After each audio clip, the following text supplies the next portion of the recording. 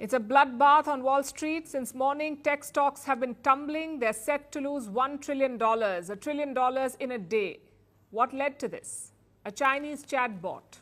It is called DeepSeek, and it has caused mayhem in the AI world.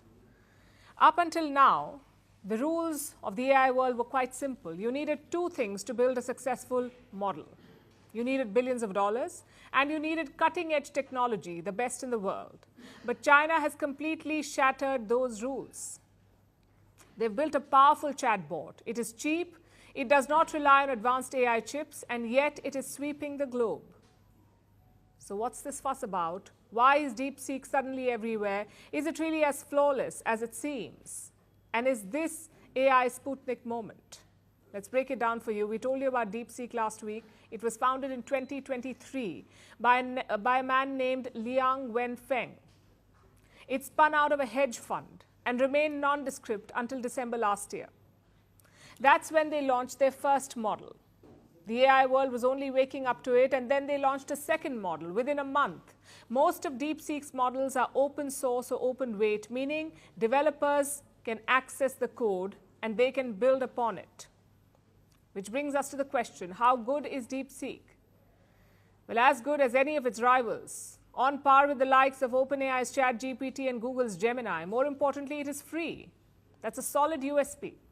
It seems to have appealed to the masses, making DeepSeek the top-rated application in the Apple App Store in 3 countries, the United States, the UK, and China. DeepSeek is the top app.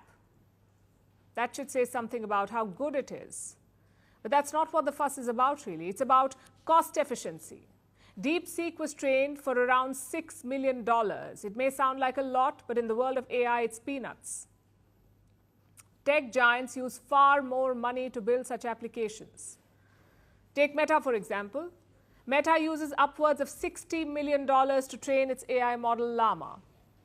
That's what makes DeepSeek stand out. It is cheap. Also, it does not use advanced chips. And that's another reason for this hype. You see, for the longest time, the US had the edge in the AI race. Washington tried to keep that lead. So it sanctioned China. It slapped tariffs on Chinese companies. It limited their access to technology. And all of this had only one goal, to keep China lagging behind.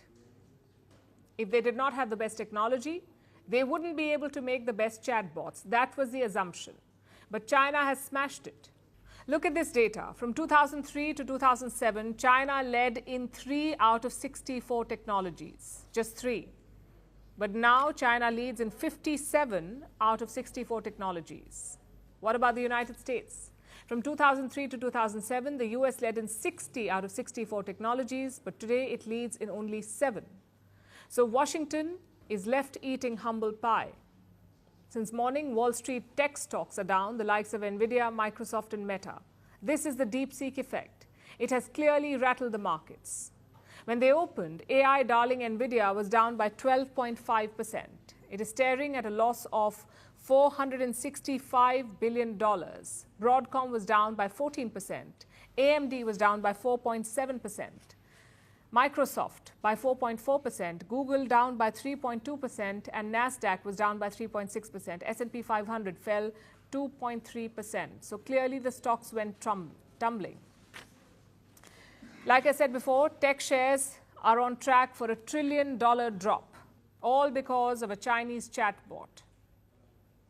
But while DeepSeek is a hit at this point, like all things Chinese, it also has a problem, the China problem. Ask it anything about Beijing and Xi Jinping, and the chatbot tries to self-censor. In fact, we tried a bunch of questions. Questions like, who is Xi Jinping?